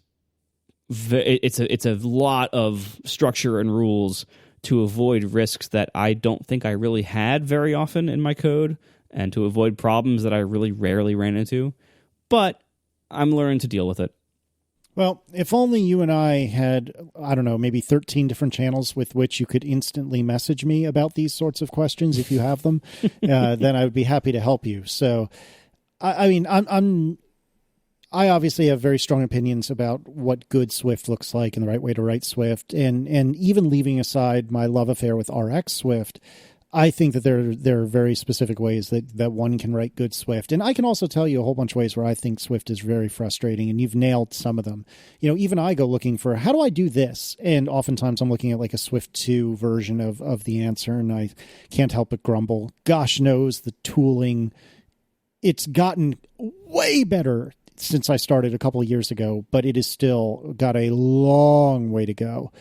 But by and large, I've really, really, really enjoyed my time with Swift. And again, there are things that are annoying, but by and large, I've really liked it. And I think that over time, it is quite likely that you would feel the same way. And it certainly sounds like things are starting to move in the right direction. Yeah, I'm finally on that path where, like, okay, I'm liking some of this. I'm not immediately tempted to just run back to what I know. I'm now on the path to using this much more frequently, and having it become sometime probably fairly soon, having it become my default of what I use. The major problem to me still is that I'm so much slower in it because it's so new to me. But I'm at least now like I'm out of first gear. Like I'm finally getting going. Like I'm on the right path, so I can kind of feel the proficiency building and feel that happening and feel myself getting almost to the point where I can be productive the way like an average programmer would be. I'm not yet to that point. Maybe in a few more weeks or months. But also, I just, pragmatically speaking, as soon as Swift was announced and you could see Apple, putting all their weight behind it, I knew, like, even though Federighi says Objective-C is forever, like, yeah, that's not. I don't buy that. Basically, I think it's only a matter of time. It might even be a matter of 2 weeks before there is a Swift-only technology or framework that I want or need to use. It's already been, like, for the last, what's Swift been out for, 3-4 years now? It's already been really cumbersome to be in Objective-C land when the entire community has shifted everything to Swift. Every blog, all example code, all documentation, tutorials, conferences, almost everything has switched to Swift for any kind of reference material or discussion material, and almost all language development has stopped on Objective-C. And when Swift came, I would say Objective-C got a lot worse with all the nullability crap that they had to add to it to make interoperability better. So the entire tide shifted so much, and also I know it's only a matter of time before there's some kind of Swift-only thing I want to use, that it's starting to become harder and harder to not use Swift than it is to just finally sit down and learn it. So I knew this time would come, and 3 years ago, whenever it came out, I said, like, at some point this will happen. This tide will shift in this way, and I think that point has come. I'm excited, and truly, you seem, from everything I know of you, you seem the kind that would rather just kind of fumble through yourself and figure it out, generally speaking. But if you ever have questions or want my strongly held opinions about, or hopefully loosely held, but probably strongly held opinions about the rightest way to write Swift, then you know where to find me. I'm happy to talk your ear off. Why don't you quit your job and start a new career making instructional videos to teach me how to write Swift? One should think about that for sure. All right, so let's do some Ask ATP. Aaron Robison writes, how important is it to learn a command line text editor like Vim or Emacs? I'm currently a senior studying computer science, and I've almost exclusively used GUI text editors with FTP clients for remote work. However, I often hear older developers and professors talk about using command line editors. How often do each of you find yourselves using one or the other in daily work? And I'll start. I never learned Vim. It never clicked for me. I always thought it was bananas. I understand that people love it. That's fine. If it works for you, that's fine. I typically use Emacs if I'm going to use one or the other. That being said, I almost never use Emacs anymore. It is exceptionally rare that I do. Probably once a month at most, and the rest of my time I'm in Xcode or TextMate or Visual Studio Code or any number of other GUI tools. John, you're probably a special case because you're doing you're doing a lot of Node now, aren't you? So now I don't know how you're going to answer this. I was going to assume that you were all on in the terminal nonstop, but now I don't know where this is going to go. Well, I use BBEdit for all my stuff, but right. Yeah, the answer to this question though is if you are going to do server-side programming in your career, you should have the basic rudiments of a couple of command line editors. Probably VI. You have to be able to get into VI, use it to edit a file, and get out of it. Because if you do server-side development, you may often find yourself on some remote machine at a shell prompt, and the only installed editor is VI. Don't be one of those people who wants to install like Emacs everywhere, right?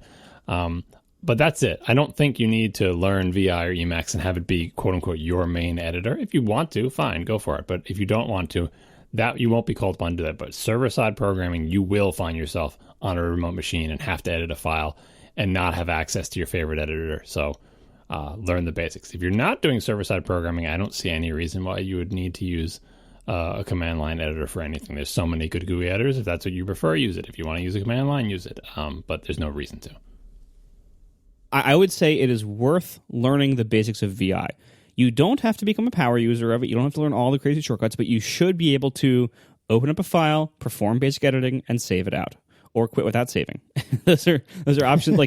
Because lots of things these days depend on server-side components in some way. If you ever set up a server for anything, you will need to open up text files for configuration changes and setup and things like that. You will need that at some point. The earlier you can learn it, the better. And if you're going to, VI is the one to learn because it's always there. Emacs isn't. Every server distribution of every Linux ever, VI is there. It's also already on your Mac if you ever need it there. Sometimes it's useful to do things like if you're doing like, sudo edit, etc hosts kind of thing.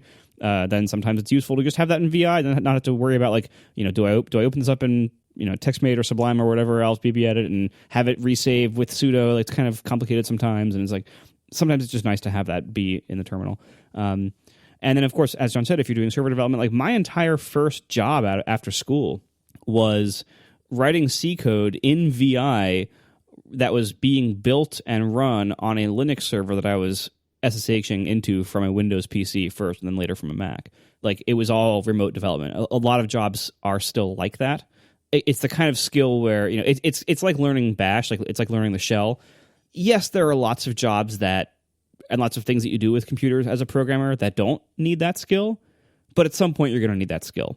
And the earlier you get it, the more useful it'll be in your career. Fair. I agree.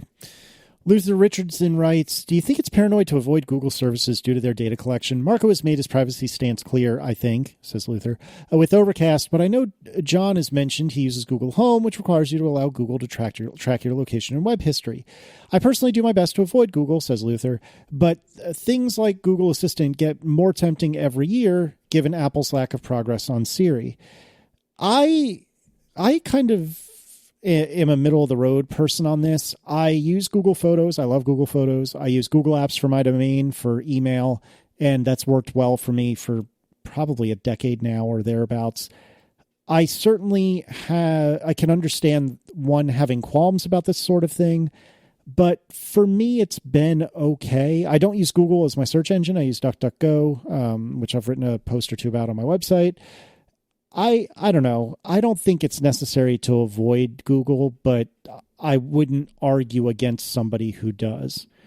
John answered first, I believe, last time. So, Marco, how do you feel about this?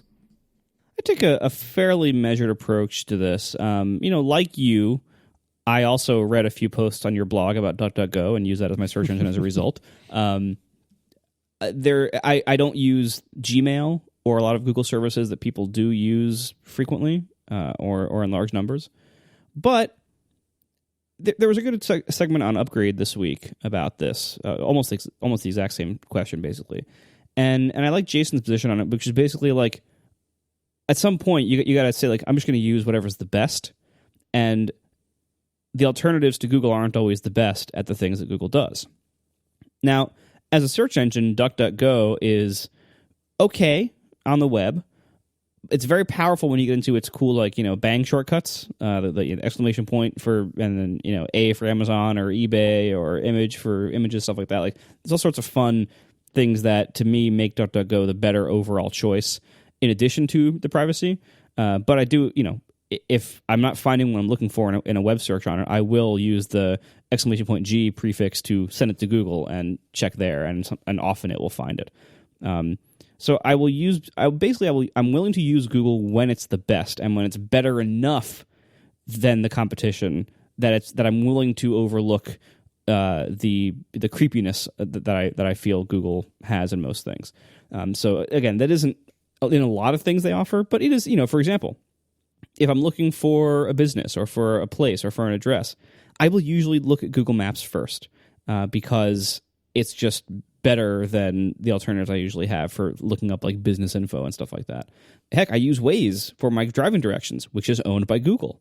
So, and again, I didn't use Waze for a long time. We had a whole segment about it on the show. I didn't use it for a long time, but eventually I was driving in traffic so often that I found it worthwhile to trade that amount of privacy and data for that service it provides.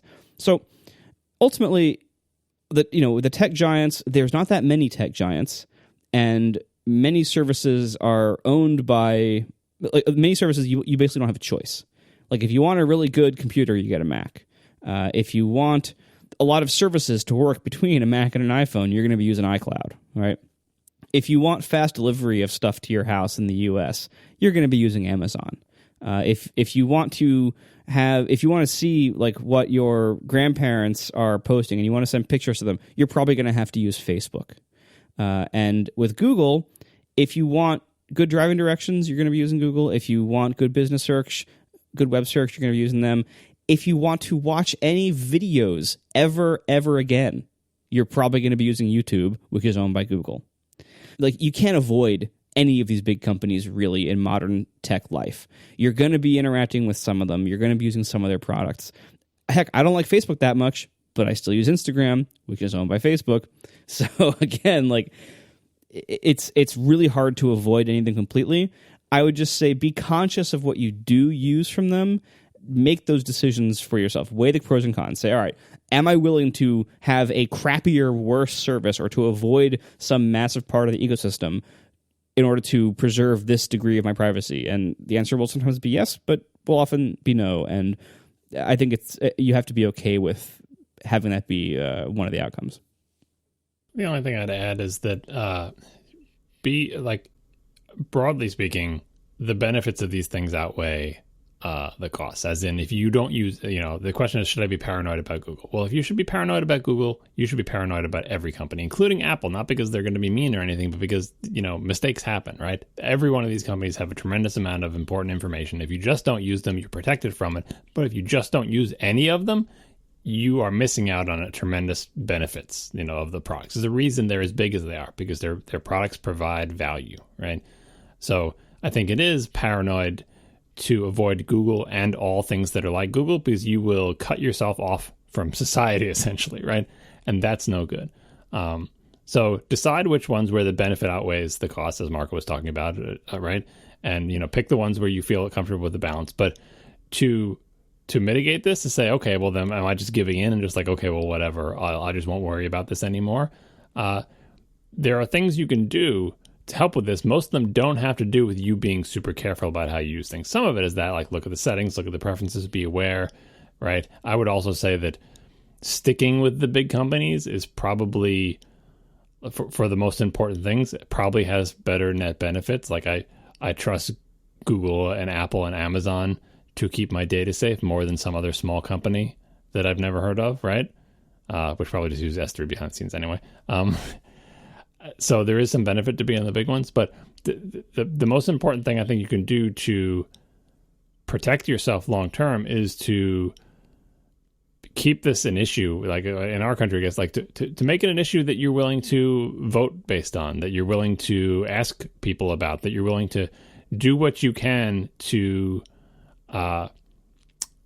push these companies in the direction of being better about privacy and data collection, not worse, right?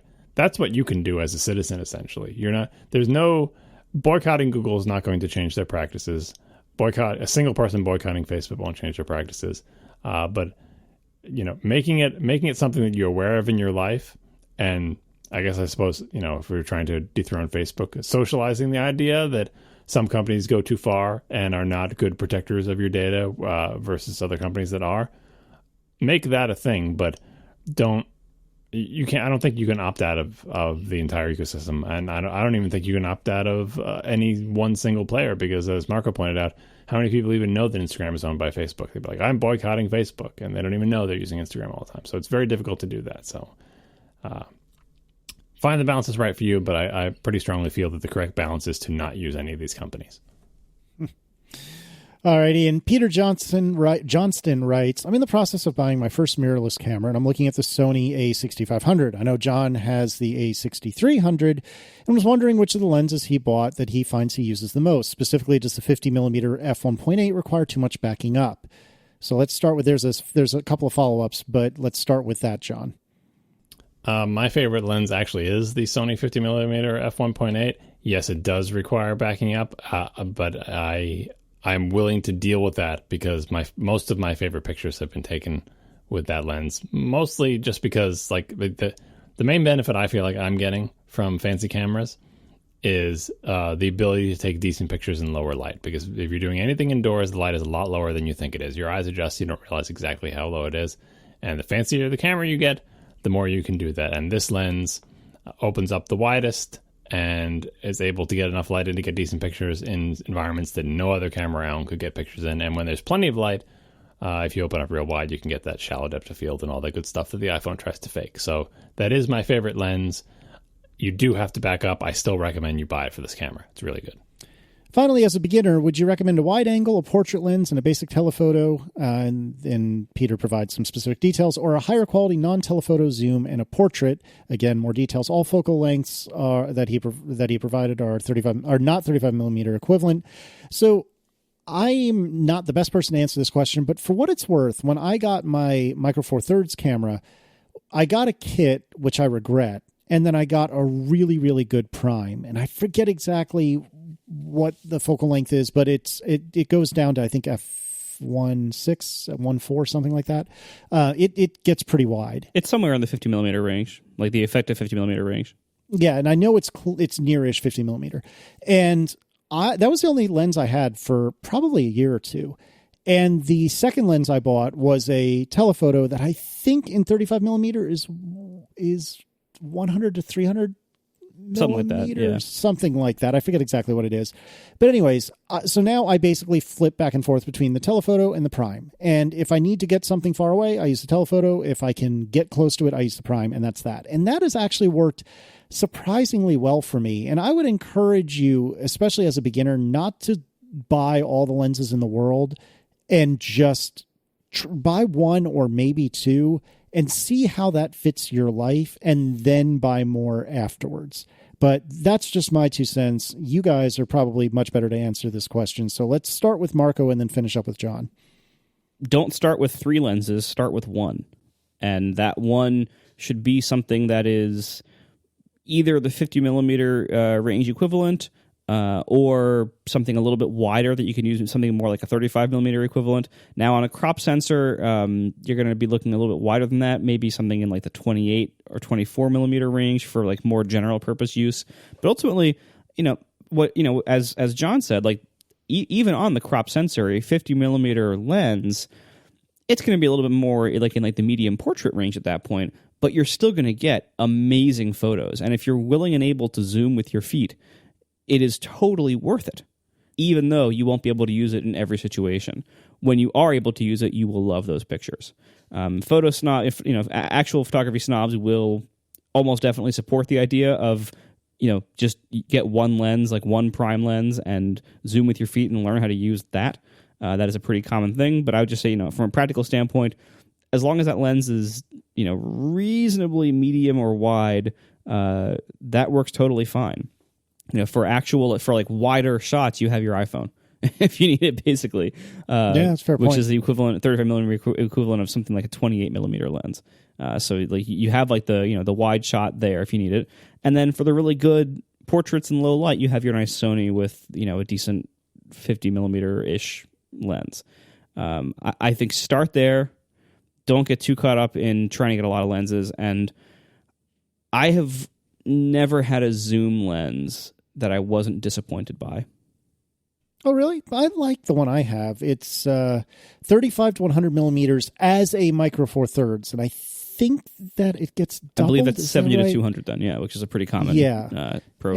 And it's f2.8, which isn't bad. I can definitely tell the difference between this and my Prime, which is, I think, f1.4. But anyways, I wouldn't say I dislike this one personally, and generally speaking, I think it's perfectly fine for the situations where I would want to be far away. So, Declan isn't playing any organized sports at this point, but let's just say, for the sake of discussion, he's out on a soccer field or something like that. That would be a perfect time for this. Or maybe I'm across the beach. I find myself using it or maybe across the backyard. Even in the postage stamp yard that I have. Occasionally, I'll find that the telephoto works really nicely for me for those sorts of things. But just like Marco said, and you had said, I think you were the first person to ever say to me, "Zoom with your feet," which I thought was the best turn of phrase. And yeah, I agree with you. If you can get away with that, the prime, in whatever camera you're looking at, a prime is probably the best way to go. Now, John, what do you have to say? So it's tough because there's no money mentioned in this post, but the practical fact is, to get any kind of zoom lens that is not garbage costs huge amounts of money, right? And is huge and heavy. Yeah, they're big, they're heavy, and they cost a lot of money. But that said, if I say, okay, well then I'm not going to do that. I'll just have a 35, a 50, and then a telephoto. Changing lenses is a pain. I'm paranoid about getting crap inside the cameras because they don't do anything to protect that area. And so, practically speaking, what I did was bought a heinously expensive zoom lens that's not as good as my other lenses. And the reason I find myself using this zoom lens is versatility, as Casey was talking about. If you can only bring one lens with you, you don't want it to be the big, heavy, expensive zoom that takes crappy pictures, but you can't zoom with your feet when your kid is out there on the soccer field. You can't run out there and get a good picture of them. You just can't. So you need something that has zoom range, but you don't want something that's locked into that zoom range because then you can't take a picture of them when they come to the sideline to eat oranges, right? And so you end up using a crappy zoom lens. Unless you're constantly changing lenses, you're going to go nuts with it. So this is not...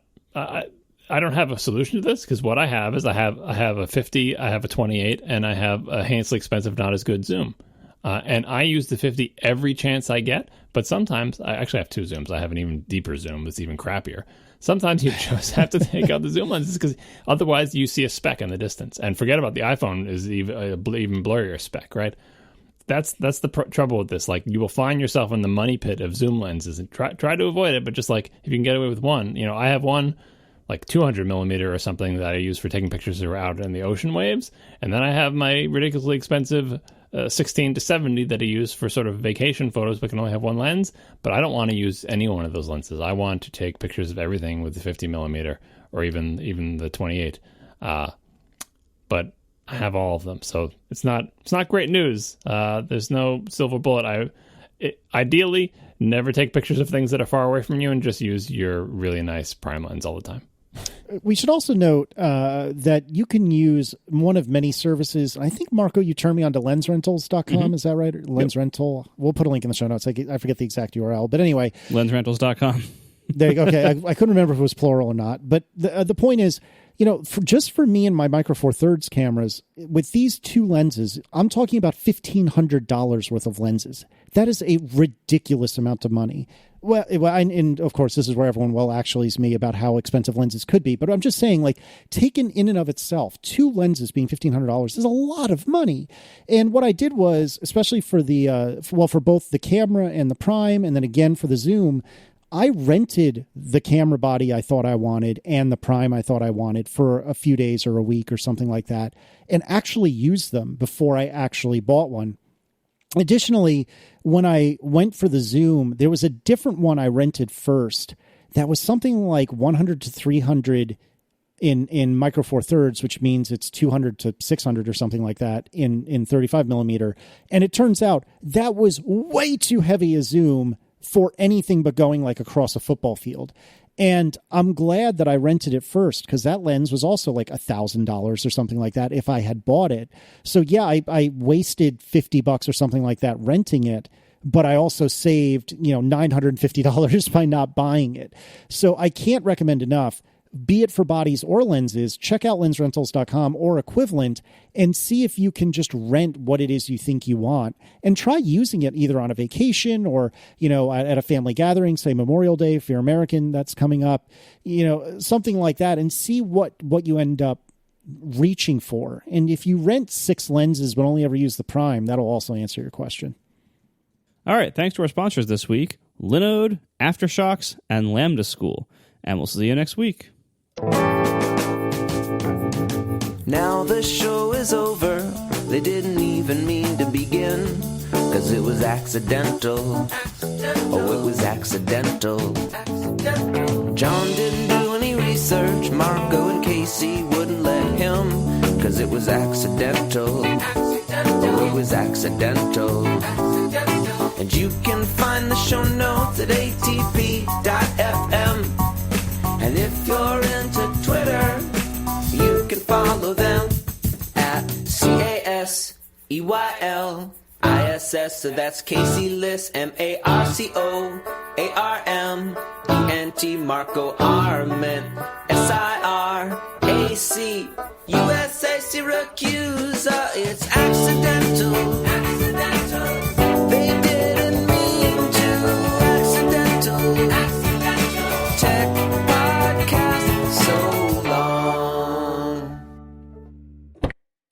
Marco put in the show notes a couple of days ago with no other explanation the following. Marco drove something ridiculous. I have been waiting for days to hear this story. Please tell me, Marco, what have you driven? Wait, can I guess first? Yes. Actually, I don't have a serious guess, but I really hope it's the Wienermobile, but it isn't. If I ever got amazing. the chance to drive the Wienermobile, I totally would. That would Because that would be something ridiculous. I absolutely would. That's true. That would be amazing. Unfortunately, this is a much less interesting story than the Wienermobile. All right. I mean, everything would be a much less interesting story than driving the Wienermobile. But anyway, yeah, so this past weekend, we went camping with some friends. And I got this spoiled for me too. Sorry. Social media. Yeah, we rented RVs. Each family had an RV, and we... Oh, you each had your own? Yeah, and so... Oh, I assumed you were all piled into one of them. I didn't realize. No, there were two identical rented RVs. These giant white houses with wheels. It's been a long time since I've driven a vehicle that large. The only time I've driven anything even close to that was when I drove a U-Haul when I was moving from Columbus to Pittsburgh. And this was a 30-foot RV. I'm pretty sure my U-Haul was not a 30-foot U-Haul. And so it was quite an experience driving a 30-foot box that's 30 feet long, 12 feet tall, as I learned with one of the directions. It was quite something else. To answer roll call in the chat, yes, I did indeed use the walkie-talkies again. Oh, yeah. Eat it, John. I didn't even think about that. They again proved useful. You could have used the phones. You weren't in magical cell phone doesn't work land. You just wanted to use the walkie-talkies because they're a good match for the RVs. Actually, in the state parks, we were in cell phone no working land. Thank you very much. So I was unexpectedly offline for like 3 days. It's like, well, I hope my servers are still up. I guess I'll find out in a few days. Anyway, driving something that big, it was very much like I felt the way the Top Gear presenters always do when they're like taking their crazy caravan, vacations on the highway. Where like I took up the entire road.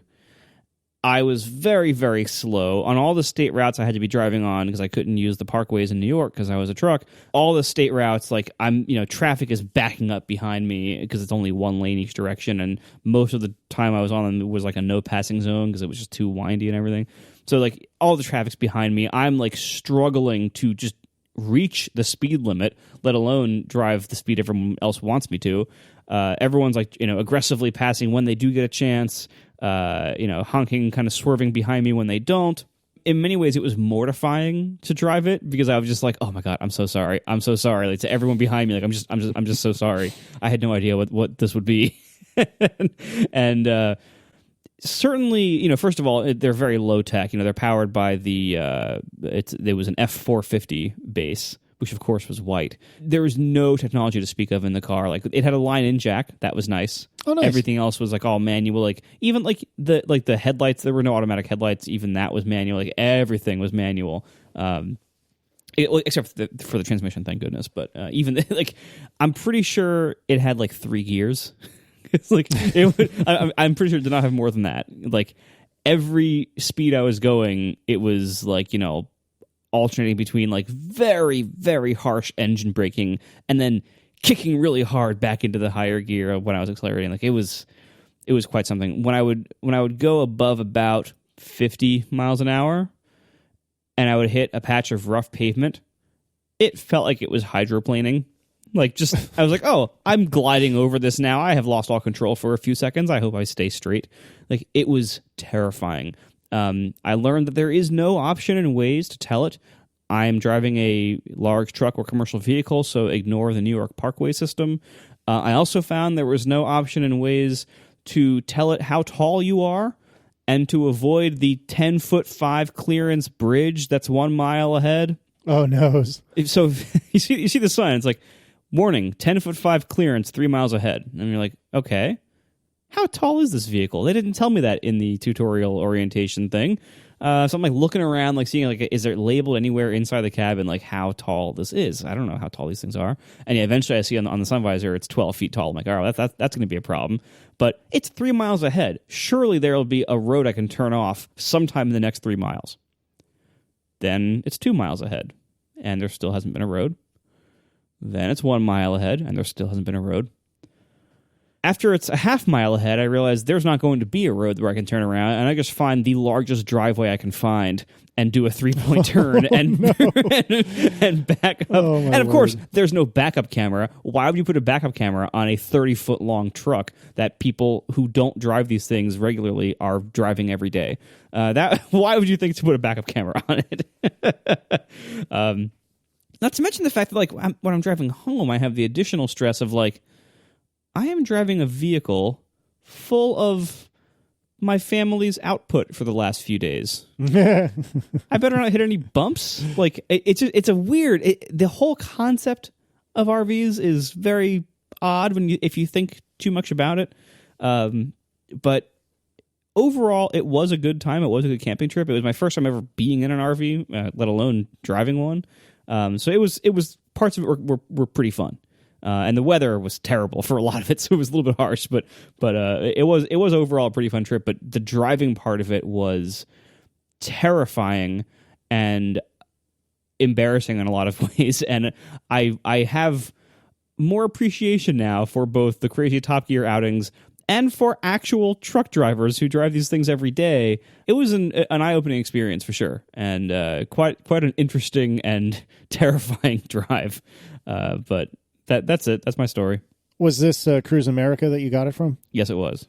Which was it? The 3-person, the 5-person, or the 7-person? It was the large, which is a 30-foot long one. Why would you get one that big?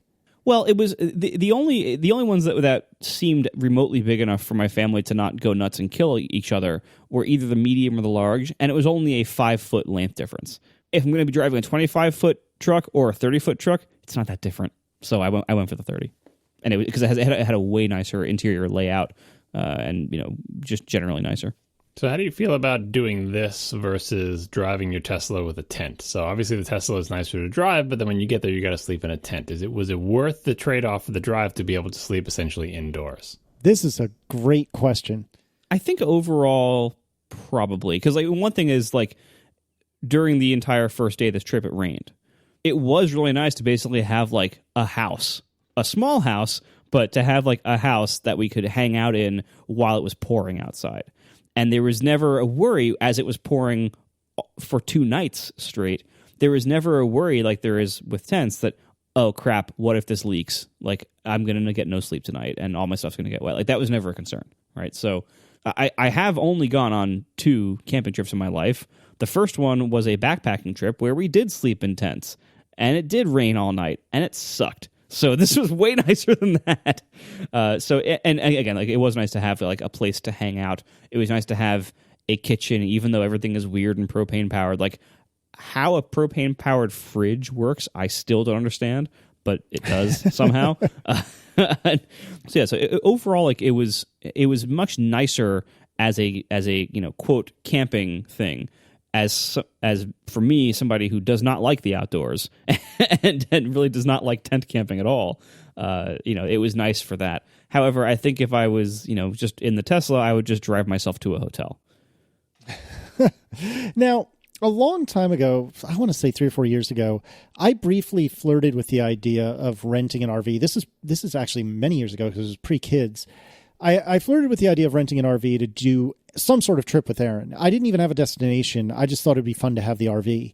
And I remember vividly looking at Cruise America's god-awful website and looking at their tutorial videos and watching these tutorial videos and realizing, oh my, there is a lot more involved in this than I initially estimated. I had initially estimated, ignorantly so, that you just drive up to a campground, you plug 2 things in, and suddenly everything's perfect. And I think if you do super fancy, expensive RVs, which are probably not rentable, that probably is the case, and they'll auto level and do all this magic things. But it seemed at the time, 4+ years ago, that it was pretty manual and pretty involved to level the thing, to hook everything up, to get everything working appropriately, and then unhook everything and get back on the road. How was that experience? Like, I don't necessarily need a blow-by-blow of exactly what you did, but was it reasonably straightforward? Like, did they give you a 3-hour class before you took the car away, or how did that all work? Well, they asked if we had watched the intro video, and I told them, like, well, I watched the first 5 minutes, and I was going to watch the rest tonight when we got there. Of course, we got there, and there was no cell phone service. So I just didn't watch it. I mean, there's like a book and everything. But anyway, it kind of helped that we were only going for 2 nights. You know, it was like 3 days, 2 nights, and the campground that we went to did not actually have any hookups. So we were self-contained. Oh, interesting. Okay. And this has a number of challenges. Like, for instance, you know, you didn't have infinite power, and, you know, on some of the nights it was pretty cold, so you couldn't run the heater because there's not enough power to run the heater all night when you don't have an electric hookup. But, you know, fine. We just used more blankets, and I got, you know, cuddled up with Hops, and it was fine. So the whole situation with, like, hooking up your input and output lines didn't happen to us. You know, when you rent it, they give it to you full of water and full of propane, and, you know, the rest is up to you if you want to. And I was concerned that I would have to somehow empty my family's output before I returned it. Mm-hmm. This is one of those wonderful situations where I thought of our friend Gray. At some point, Gray mentioned how he now looks at fees as simply prices. This is what it costs if you want to do this thing. And I love that. And that's how I think of, like, the parking tickets in my town, because they're only $25 and you don't usually get them. And so I figure for a cost of occasionally $25, I can park wherever I want and never pay the stupid electronic meters that take forever, and there's always a big line for them. So when we were, you know, checking out the RVs from the rental place, they mentioned that there is a $50 fee if you don't dump the output out of it before you return it. And as soon as I heard that, I'm like, done. All right, $50. That sounds great. I will pay the $50 to not have to do that. So yeah, that's what I did. We didn't have to deal with it. Easy as that. I did run into an issue where, like, I wasn't conserving the water enough. Like, I took a shower and everything, and on the third day, I did have to very much conserve water because I was running very low.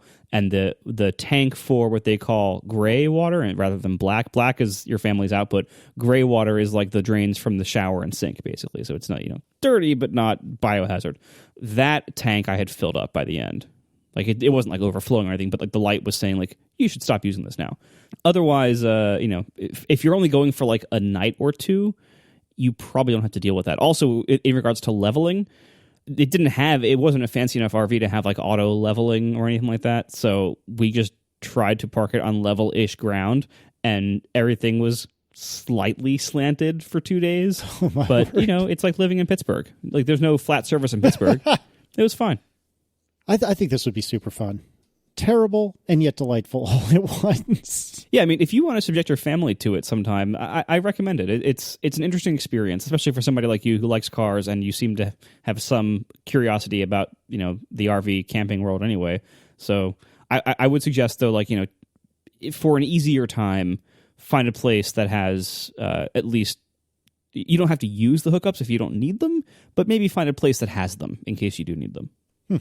Well, I'm glad you had this experience, maybe in part because I didn't have to. No, honestly, like, it does sound like you would probably enjoy it. I think I would. So I think, you know, next time you have, like, a reason to do it, you should try it, because renting it was super easy, and, you know, they make it easy on you, and if you don't want to deal with some of the grosser parts, you kind of don't have to, as long as you don't travel for too long.